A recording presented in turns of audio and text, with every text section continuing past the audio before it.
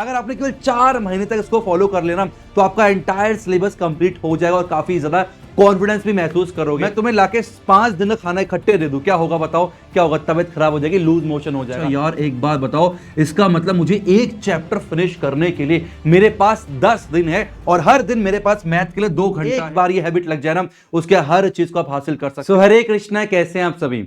I hope आप सब अच्छे होंगे और अपने एग्जाम की प्रिपरेशन काफी अच्छे से कर रहे होंगे। ऐसा मैं उम्मीद करता हूं और आपने भी किया होगा। लेकिन हमसे एक छोटी सी गलती हो गई। पता क्या हुआ? हमारे पास ना पूरे के पूरे 1.5 महीने का समय था और जब छुट्टियां पड़ी थी ना, हमने सोचा भी था एक बार छुट्टियां पड़ जाए उसके अंदर मैक्सिमम सिलेबस जो है हम यहां पर कवर कर लेंगे। और 45 डेज ना कोई छोटा मोटा अंतराल नहीं होता है, ये काफी ज्यादा गैप हो जाता है ना। और इसमें हम बहुत कुछ अचीव कर सकते थे, बिल्कुल कर सकते थे। लेकिन क्या हुआ, जैसी छुट्टियां पड़ी हम लोग गांव चले गए, फोन में ज्यादा लग गए, दोस्तों के साथ बाहर खेलने लगे। और इस दौरान क्या हुआ, जो मोमेंटम था पढ़ने का, कहीं ना कहीं उसको हटा के हम लोग कंफर्ट जोन में चले गए और हम लोगों ने अपने सही से पढ़ाई नहीं करी। या तो ये कह लो कि हमने पढ़ाई करी ही नहीं करी, मस्त एकदम हमने मजे में पूरे 1.5 महीने काटे। अब अफसोस तो हो रहा होगा, ठीक है कोई बात नहीं, हमारे पास समय था यूज करने का पर नहीं कर पाए, कोई बात नहीं। अब एक बार मुझे बताओ, क्या हम उसको बार बार सोचेंगे तो क्या उस समय को वापस ला सकते? नहीं। जो एक बार निकल चुका है सो निकल चुका, उसको हम वापस नहीं ला सकते। लेकिन अब कुछ कर जरूर सकते हैं। जो हमारे दिन बचे हुए हैं ना, इसको अच्छे से यूटिलाइज कर सकते हैं। एक अच्छा प्लान बना सकते हैं कि जो बचे कुछ दिन हैं, अब मैं इसको कैसे यूज करके हाईएस्ट स्कोर कर सकता हूं। 95% लाना मेरा एक गोल है। और ना यकीन मानो, ये ना बहुत ज्यादा आसान नहीं है और बहुत ज्यादा मुश्किल भी नहीं है। बस हमें एक सटीक एक अच्छा प्लान बनाने की जरूरत है। आपको एक बार बता दूं, महाभारत का युद्ध, आपको तो कितना बड़ा युद्ध हुआ था आज से 1500 साल पहले, ठीक है। और वहां पर ना 18 दिन तक युद्ध चला था। लेकिन कोई भी ऐसा दिन नहीं रहा होगा जहां पर कौरव और पांडवों ने नेक्स्ट डे की प्लानिंग नहीं की होगी। अभी जितने भी इंटरनेशनल लेवल पे मैचेस होते हैं इंडिया के, आपको क्या लगता है वो बिना प्रैक्टिस करे, बिना प्लानिंग्स करे चली जाती होगी? नहीं, रैंडमली कोई नहीं जाता। अच्छा प्लान होना बहुत जरूरी है। एक अच्छा प्लान करना है, उसको एग्जीक्यूट कैसे करना, दो सबसे इंपॉर्टेंट चीजें हो जाती है। तो आज मैं आपको एक अच्छा प्लान बताने वाला हूं कि जो हमारे पास दिन बचे हुए हैं इसको कैसे अच्छे से यूटिलाइज कर सकते हैं। और यकीन मानिए, अगर आपने केवल 4 महीने तक इसको फॉलो कर लेना तो आपका एंटायर सिलेबस कंप्लीट हो जाएगा और काफी ज्यादा कॉन्फिडेंस भी महसूस करोगे। तो आइए प्लान क्या है वो मैं आपको समझाता हूं। देखो सिंपल सी बात है, हमें ना अभी थोड़ा ना पढ़ने की हैबिट बढ़ानी पड़ेगी, क्योंकि जब हम क्लास 12th में आएंगे, उसके बाद जाएंगे किसी कॉम्पिटिटिव लेवल के एग्जाम की तैयारी करेंगे, तो हमें घंटों घंटों 12-12 घंटे 10-10 घंटे पढ़ना पड़ता है। और तभी जाके, क्योंकि आजकल कंपटीशन बहुत बढ़ गया है ना, तो बहुत ज्यादा पढ़ना पड़ता है। आपने अपने सीनियर्स को देखा होगा जो दिन भर पढ़ते रहते हैं। तो इसलिए कहीं ना कहीं हमें आगे जाके ना हमें ज्यादा पढ़ना पड़े, और क्यों ना अभी से हैबिट लगाई जाए। तो क्लास 10th में भी आपको कम से कम 5 आवर पढ़ना है। अब पूरा दिन हमारे पास है। अब दोपहर का समय, सुबह स्कूल जाना होता है, दोपहर का समय, शाम के समय और रात के समय में से कैसे भी आपको 5 आवर्स निकालना है। और आज से लेकर अक्टूबर तक, जुलाई से लेकर अक्टूबर तक आपको डेली 5 आवर्स स्टडी करनी है। और एक बार ये हैबिट लग जाए ना, उसके हर चीज को आप हासिल कर सकते हो। अब वो 5 घंटे हमने कैसे करना है। और एक सबसे और इंपॉर्टेंट बात, मेरी बात ध्यान से सुनना। देखो सिंपल सी बात है, अगर मान लो मैं 5 दिन तक ना मैं तुम्हें बोलूं तुम्हें खाना नहीं खाना, ठीक है, और छठे दिन मैं तुम्हें लाके 5 दिन का खाना इकट्ठे दे दूं, क्या होगा बताओ? क्या होगा? तबीयत खराब हो जाएगी, लूज मोशन हो जाएगा। इसी प्रकार से हम क्या करते हैं ना, पूरे साल हम सोचते हैं कि यार एक काम करते हैं ना कि अभी नहीं पढ़ते, जैसे एग्जाम टाइम आएगा तब पढ़ लेंगे। तो ना बहुत ज्यादा बर्डन हो जाता है, स्ट्रेस भी बहुत ज्यादा, कहीं ना कहीं तबीयत खराब हो जाए उसके तो और लो, मार्क्स बढ़ाने के चक्कर में और गिर जाते हैं, ऐसा होता है। और एक गलती और क्या करते हैं हम लोग, लगातार अगर साइंस पढ़ रहे हैं तो इंटरेस्ट आ रहा है, लगातार साइंस ही पढ़ते रहेंगे 10 दिन तक। अब फिर 10-12 दिन साइंस पढ़ा, अब मान लो मैथ का यूटी आ गया, अब मैथ मुझे पढ़ना है, मैथ का यूटी है। अब मैं क्या करता हूं, लगातार 5-6 दिन तक लगातार मैथ पढ़ता रहता हूं, और जो साइंस का मैंने पढ़ा था ना वो कहीं ना कहीं भूल जाता हूं। और ये भूलने का मतलब क्या है, जो मैंने पहले समय जो इन्वेस्ट किया था वो वेस्ट हो जाता है। इसका मतलब क्या है? इसका मतलब सिंपल सी एक ही बात है, मुझे जितने भी सब्जेक्ट मेरे पास हैं, मेन जो 5 सब्जेक्ट मेरे पास है, मेरे को उन 5 सब्जेक्ट को हर दिन जो है समय देना पड़ेगा। हर दिन थोड़ा थोड़ा, ज्यादा नहीं बोलता मैं, थोड़ा थोड़ा समय दो, हर सब्जेक्ट को दो। जो सब्जेक्ट मुश्किल है उसको ज्यादा समय दो, उसमें प्रैक्टिस की नीड है। और जो सब्जेक्ट आसान है उसमें आधा घंटा दो, पर डेली देना है। तो ये आपके सामने मैंने यहां पर बनाया प्लान, 5 आवर्स डेली पर हमें पढ़ना है, ठीक है। अब मान लो 5 सब्जेक्ट मैं मान के चल रहा हूं, मैथमेटिक्स, साइंस, एसएसटी और इंग्लिश और हिंदी, ये 5 सब्जेक्ट मेरे पास है। आपको पता है मैथमेटिक्स में प्रैक्टिस की बहुत ज्यादा जरूरत होती है, प्रैक्टिस करना बहुत जरूरी है। तो प्रैक्टिस करने के लिए हमें समय भी ज्यादा चाहिए, कॉन्सेप्ट को समझना फिर प्रैक्टिस करना, इसलिए मैंने यहां पर 2 आवर को रखा है और हर दिन आपको 2 घंटे हमें मैथमेटिक्स पढ़ना ही पढ़ना चाहिए। उसके बाद 1 घंटा में साइंस पढ़ना है दिन में, 1 घंटा में एसएसटी पढ़ना है, 30 मिनट मुझे इंग्लिश पढ़ना है और 30 मिनट मुझे हिंदी पढ़ना है। भाई ओवरऑल परसेंटेज लाने के लिए हर सब्जेक्ट में आपके 95 से ऊपर होने चाहिए। किसी भी सब्जेक्ट को मैं हल्के नहीं ले सकता, ऐसा नहीं मान लो मैंने मैथमेटिक्स पूरे साल पढ़ ली, मैथ में 100 आउट ऑफ 100 लेके आया हूं, वहीं पर इंग्लिश की बात करें वहां पर क्या 65 नंबर है, साइंस की बात करूं वहां पर क्या 62 नंबर है, ऐसा नहीं होना चाहिए। हर सब्जेक्ट में हमें अच्छे से फोकस करना चाहिए, ठीक है। अब ध्यान सुनो, इतना हमें पता चल गया कि हमें 5 घंटे पढ़ना है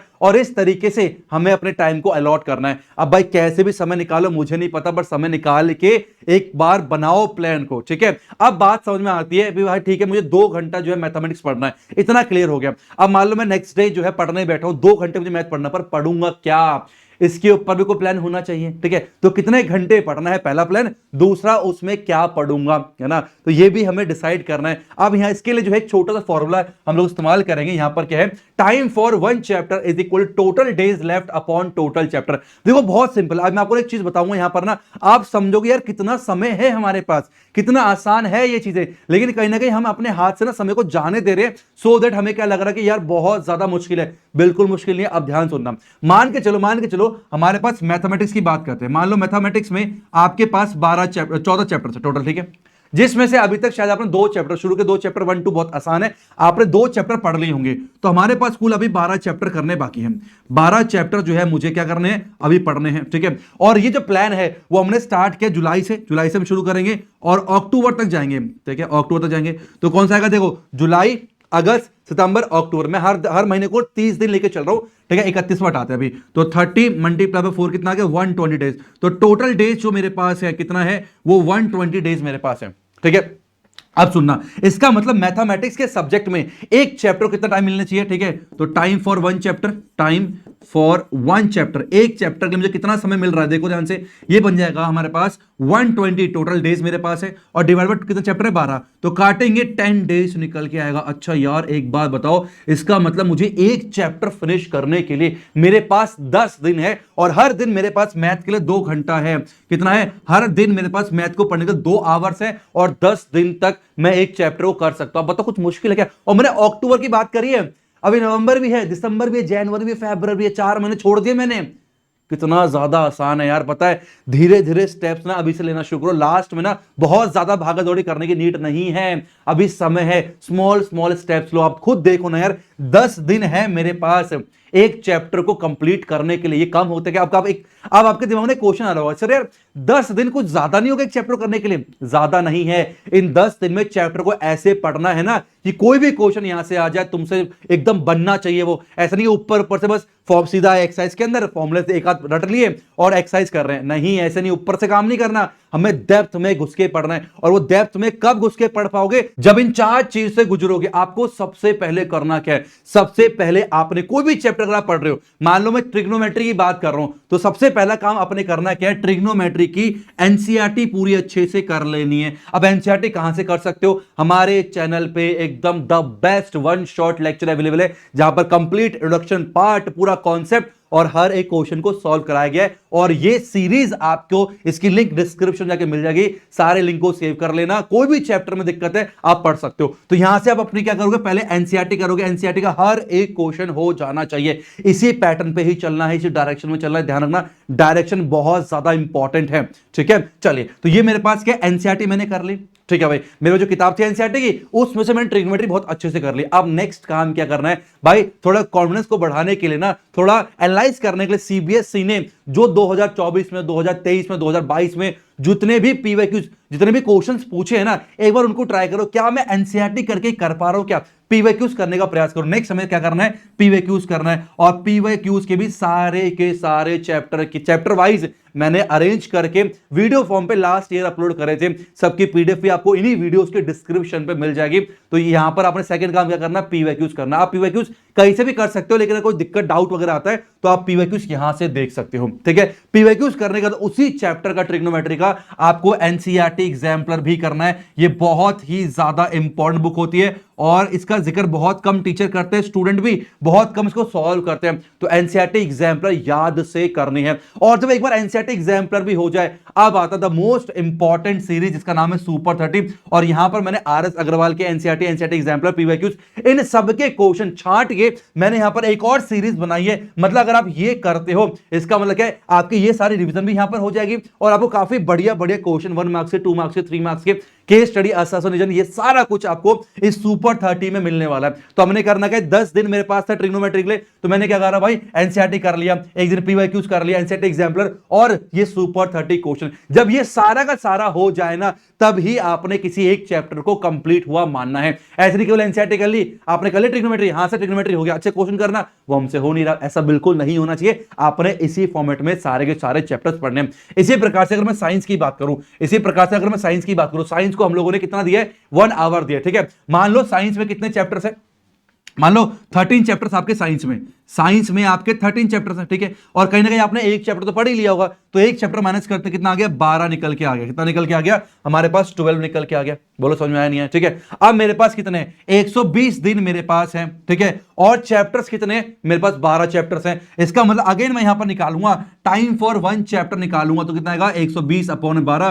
तो इसका मतलब मेरे पास साइंस में भी एक चैप्टर कंप्लीट करने के लिए 10 दिन दे रखा है। तो आपने साइंस को भी सबसे पहले एनसीईआरटी करनी है, उसके एनसीईआरटी फिर पीवाईक्यूज करने हैं, उसके बाद एनसीईआरटी एग्जाम्पलर करना। यही सीक्वेंस साइंस में भी रहना चाहिए और साइंस में सबसे ज्यादा इंपॉर्टेंट है एनसीईआरटी। तो इस तरीके से ना हर सब्जेक्ट के जितने भी चैप्टर्स है उसमें कितना समय आपके पास है उसको लिखो यार, एक प्लान बनाओ। देखो मैं बता रहा हूं, बिना प्लान बनाए ना कुछ नहीं होता। अगर आप एक बार प्लान बनाओगे ना, आपको खुद ना अंदर से काफी ज्यादा पॉजिटिव फील होगा और आप कोशिश करोगे फिर उसे करने की। अब प्लान ही नहीं, आप सुबह उठ गए, पढ़ने बैठे, ऊपर क्या पढ़ना आपको पता ही नहीं है और नेक्स्ट डे क्या पढ़ने वाला हूं वो एक दिन पहले ही लिख के रख लेना, भाई नेक्स्ट डे में ट्रिग्नोमेट्री स्टार्ट करने वाला हूं। तो जब पढ़ने बैठो ना, मैथमेटिक्स में इस टाइम पे पढ़ रहा हूं, तो निकलते ही ना आपके पास एनसीईआरटी ओपन होनी चाहिए, भाई मेरे को ट्रिग्नोमेट्री करना है, पता है मुझे। क्योंकि अक्सर क्या होता है, हम लोग ना पढ़ने बैठते हैं, ठीक है। अब मैं पढ़ने बैठ के सो उठ गया 3-4 बजे, ठीक है। अब मैं पढ़ने बैठा हूं, लेकिन मैं सोचता हूं क्या पढ़ूं, साइंस पढ़ूं, एसएसटी पढ़ूं, मैथमेटिक्स पढ़ूं, इंग्लिश पढ़ूं। अभी सोचते सोचते आधा घंटा निकल जाता है यार, और आधा घंटा निकल गया, फिर उबासी आनी शुरू हो जाती है। उबासी आई, थोड़ा यहां खुजाया, थोड़ा बाहर गए, स्ट्रेच किया बॉडी को, चलो सोने चलते हैं, समझ नहीं आ रहा क्या पढ़ना, खेलने चले गए। यही होता है। इसलिए आज नहीं, अभी सबसे पहले प्लान बनाओ, इसको अच्छे से बनाकर अपने स्टडी टेबल के ऊपर चिपका लो, ठीक है। एक स्केड्यूल होना बहुत जरूरी है। आप किसी भी टीचर से, किसी भी टॉपर से पूछो, उसके पास स्केड्यूल था जिसको फॉलो उसने किया था, और वही चीज जो है उसको टॉपर बनाती है। तो आई होप आपको ये बात बहुत अच्छे समझ में आ गई है और अभी से आप इसके ऊपर काम जरूर करोगे। तो कौन कौन अभी एक अच्छा स्टडी स्केड्यूल बनाने वाला है, मुझे कमेंट बॉक्स में जरूर बताना, ठीक है। तो आई होप आपको कुछ समझ में आया होगा। और ये जो हमारे पास लेक्चर हैं, इनके सारे लिंक्स मैं आपको डिस्क्रिप्शन दे दूंगा और अपने सारे फ्रेंड को भी शेयर कर देना, क्योंकि लास्ट ईयर ना ये वही कंटेंट है जिसको इस्तेमाल करके आपके जो सीनियर्स है वो टॉपर बने थे। तो आज की वीडियो में इतना ही। Thank you so much for watching. Hare Krishna.